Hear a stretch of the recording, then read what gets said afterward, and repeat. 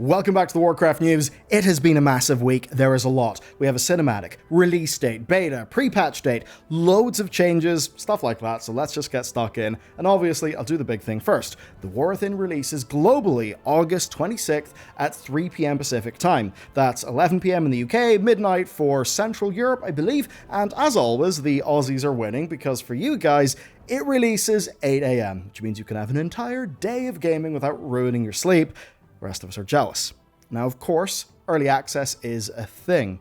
We have no time, but we do know that it kicks off August 22nd. Now, it is limited, right? The site says there'll be no access to Mythic Dungeons or weekly quests, and I've got to assume that Heroic is also going to be included there as well. Patch 10.25's changes, of course, the dungeon difficulty means that Heroic is as hard as old Mythic 0, so surely that'll have to be restricted so it's fair.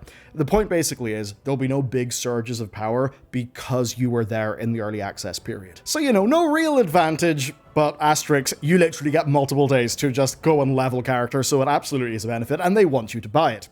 Just about nobody likes, of course, that this is a standard industry trend. It's happened with other MMOs. I mean, hell, Final Fantasy XIV and Walker, it had this, and even recently, take Space Marine 2, a game that is using the fact it has no in-game cash shop as a marketing beat. It has also got an early access period with a higher edition. It's obviously sad that this is a thing that we've got to talk about, but it is here. I'll say this, Blizzard, there was a way to do this better. I hope you do it that way. If there are any ways that people can sneak in more power or more progress in a way that is not fair for a subscription game, then yes, obviously, that'll be pitchforks time. Next thing, pre-patch. So Blizzard have not revealed anything, but pre-patch is usually about 4 weeks long, so expect it to drop late July. Another thing, the naming of the cinematic trailer is also basically the name of the pre-patch event, and it's going to see loads of, echoes of Azeroth's past, basically appear for us to, kill, ideally for some levels and some loot. Also, this timing does mean that Dragonflight is actually one of World of Warcraft's shortest ever expansions, clocking in at 1 year and 9 months. Of course, it is at an absolutely, insane patch cadence, so much more than we've been used to, and of course, we can expect this to continue going forward, roughly big picture, every 18 months for an expansion, so maybe it'll even be a month faster than this one. I've actually got to wonder if we'll get to the stage where they don't need to do something like Season 4 anymore. The key learning, of course, is that when you have over 500 people working in parallel, you can certainly get quite a lot of things done. Now, Blizzard obviously want to earn some money off this marketing beat and to give people an on-ramp to the game, and that's why there's a new starter pack. It's $24.99 US, it has Dragonflight, 60 boost, and 60 days of game time.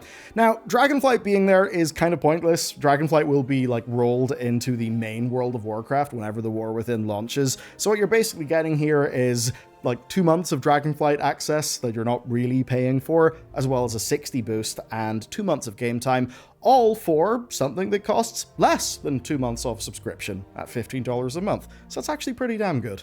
Then we got the cinematic. Now look, I've recorded a not cinematic reaction. It's far more a breakdown of what everything in the cinematic means, but also with full background information, and my intent with that video is basically, if you feel a bit out of the loop, if you don't understand everything, and if you would like to support our mission as well as get ad block, absolution, ad-free videos, early videos, and the Lore Walking podcast, then you can go to bellular.games. And of course, be sure to join the private members Discord after you've signed up, because that's where we all hang out for things. Thank you for your support, and with that said, beta then, where I think the most newsworthy thing isn't actually on the beta yet. That's because next week, we're going to be getting Hunter changes. Finally, after an eternity of silence, we've gotten word that in the build that will happen likely in a few days, there will be a huge wave of class tree changes as well as changes to all 3 specs. Now, I say that as somebody who was a Hunter main for the longest time, and of course, while I don't play a Hunter right now, the level of IQ that suggests I used to play one is definitely still there. Anyway, the point is, I really have not liked how Hunters have felt since Battle for Azeroth, really, so this is actually extremely exciting, and it is relevant because Hunter is almost always one of the top 3 most played classes in World of Warcraft, along, of course, with Paladin and Druid. Now, as to what the changes might be, it is hard to say. There might be something massive waiting in the wings here. Personally, though, I'm going to set expectations a bit lower and say it is likely a talent tree cleanup. It's probably them taking a load of 2-point talents out, maybe turning them into 1-point talents, and then fixing up issues with pathing so that people can do more in terms of buildcraft. That could make for a version of what we've already got that just plays a hell of a lot better. That said, if they were to have some special tricks up their sleeve, I'd be very excited. As for the beta itself, well, it came with a trailer, and it's pretty damn good. They've been trying to sell us in, the fear and the danger, and this trailer is using some gorgeous camera moves, some really lovely, ominous music and footage of us dying to boss mechanics over and over again to sell that threat. And it comes along, of course, with Hurricane's Shadow and Fury trailer from last week. And yeah, if you were wondering why that trailer looked a little bit different, had maybe just like a different sort of creative authorship over it, it's because Hurricane did it. So the idea that for main modern World of Warcraft, they can just get Hurricane to do a video for them, that is honestly really incredible. I mean, it's so rare that we see that kind of thing happen at all. I suppose some of the Astartes team doing work for Games Workshop comes to mind, but yeah. Anyway, props to Hurricane between that and what he does for the classic releases. It's just really cool work. And very much with all three of these trailers, they're just driving home that Xal'atath is a villain and that she's one that knows how to get under our skin. Now, some people are disappointed that Thrall seems to be going through some of the old elemental dysfunction for the third time. But what I'd say is, rather than him struggling to get it up, it rather seems that it's the elements themselves being in peril and that making it, well, hard for Thrall. He's struggling to access them. That might be making him feel down, but at least it seems a little different to the other two times that we've done Thrall meeting a little bit of the old ED. Next then, if you want to get into the beta, but you, like me, purchase the physical collector's edition, don't worry, because after customer service confirmed that you were out of luck last week, Blizzard have basically noticed and they've got a fix. Codes are now being sent out via email, so keep an eye on your inbox. As an example, I've got an email saying that I can expect getting a code by a certain time. And that also does confirm an absolutely astounding and insane thing. The Blizzard can do codes for people who have purchased the physical collector's edition. So maybe if they could just do that so that people could enter their game code from the collector's edition and then get all of the, collector's edition goodies in the game right now, just like digital people can. I think that would make a hell of a lot of sense. Anyway, you won't have missed out on that much because the beta has actually not been that smooth. The realms have seen a ton of instability and lag, just outright DCs happening since it went live.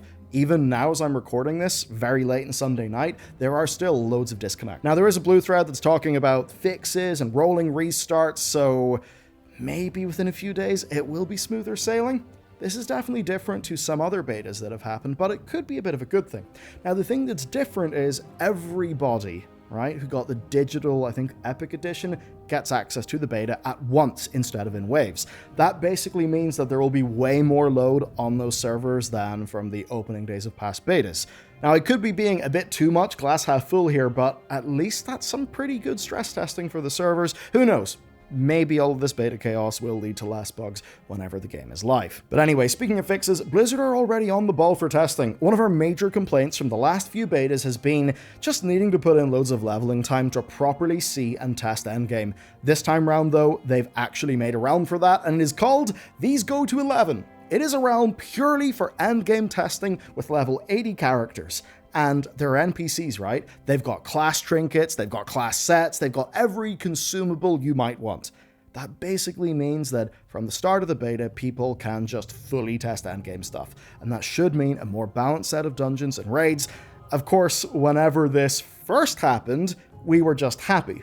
But, of course, now that we know that the expansion is coming out fairly soon, well, there's not a massive amount of time to do this testing, so it is very encouraging that they're making the right moves now. Now, of course, alongside that, we've got regular realms, which are for doing just the level up content, the side quest delves, all of that stuff. So, if you want to get into testing, beta comes with the $90 Epic Edition of the game. Many people will realistically probably want to pick that up for the 3-day early access anyway. Again, I do not like the early access, but it's one of those challenging things. The company decides to do it, and it puts you in this quite awkward situation where if you were already going to be buying the Epic Edition, then you're kind of supporting a tactic that most of us do not like. As for the beta itself, well, access to it has unearthed a few tidbits. We've got the loss of Earth and D case. Previously announced and previously playable, it looks like Blizzard have realized that DKs don't really make that much sense for this group of Earthen lore-wise, so them being a class option has been removed per Blizzard's official preview. It's kind of a tough nut to crack for Blizzard, because with Druids, it kind of makes sense. Like, if you're doing an Earthen Druid, then you've got to make a whole bunch of different forms, which, admittedly, like, they totally have the resources to make. But with DK, it does seem to be more that they can't see a timeline in which Earthens could end up being raised as DKs, which of course is something they've solved for other races a few years back by adding the intro of Bolvar raising a new army.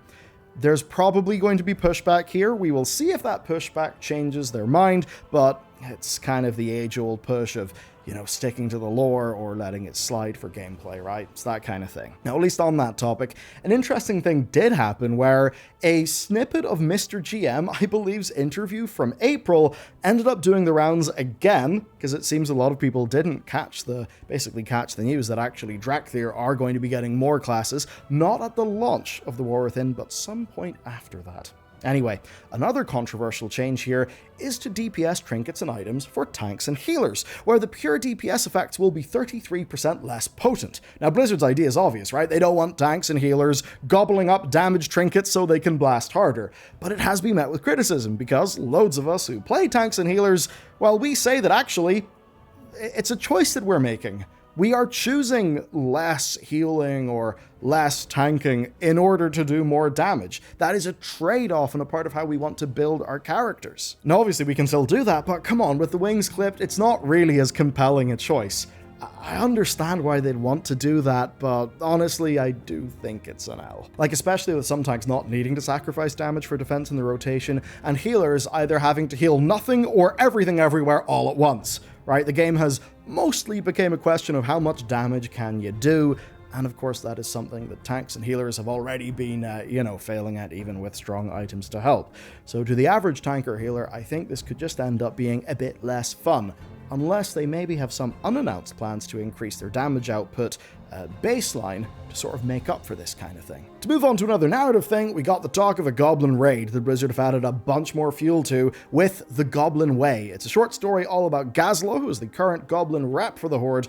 Basically, he tries to change the Goblin culture to be less profit-first. In a visit to Maren Noggenfokker of the Steamweedle Cartel, he does big work. He tries to argue and prove that looking after your workers and equipment is a better long-term investment than just abusing the whole lot of them for short-term profits. That's the TLDR of the story. So, with movement on the Goblin front in this story, and with the Venture Company somehow finding their way into Azj-Kahet through underground tunnels, it really is looking actually quite likely that we're going to go and visit Undermine to overthrow, I don't know, maybe some profiteering Goblin leadership, right? In patch content, maybe 11.1. It's kind of hard to tell, and I suppose I'll say this. I liked the goblins in vanilla. I really didn't actually like the goblins in Cataclysm. I think Cataclysm just broadly had this problem where it just kept on trying to be too funny and too jovial. Maybe I am just a sour old bastard, but I don't know. I kinda like it when I can take my A-plot a bit more seriously. So, if we go to Undermine and actually feels like the same sort of bunch we met in vanilla, then I'm totally down for this. If it is going to be jokes and funny, then I really don't think I'll enjoy it that much. And as for this short story, it's very heavy-handed, it's very one-sided. Now again, this is not me saying, you know what, you should abuse the workers. No, I'm not saying that. But it just felt like one of those stories where the main character arrived, and he was right, and he was always proved right, and he won at the end. Didn't really feel like he had to overcome much, or change some of his opinions and things. I don't know, I just thought it was a little bit weaker, though I suppose thinking about this in context, kind of could be a message from the people writing it, right? Because for real, games industry's been pretty rough to people over the last 2 years, certainly if you've been under the Microsoft umbrella.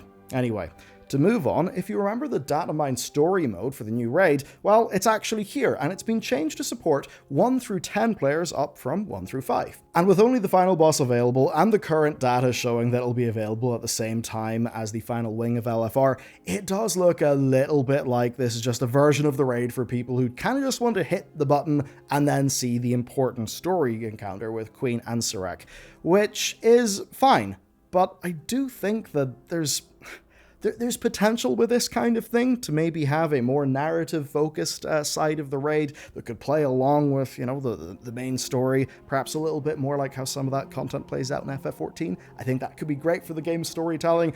As it stands, though, I think this is more just an accessibility feature, albeit one that through its timing, with it being along with the final wing of LFR, will probably not go a long way to making people happy. Now, I will say that one boss being considered the raid story mode is kind of disappointing, I think, to some people that could say that the other bosses are filler, and that would suck. I mean, great raids of the past have woven character throughout. Take Siege of Orgrimmar, Antorus, even Vault of the Incarnates. It would be kind of sad if we just treated the final boss as the only one that matters. So, if I was to steelman the position of Blizzard, I would say they're shipping loads of new features, loads of new content.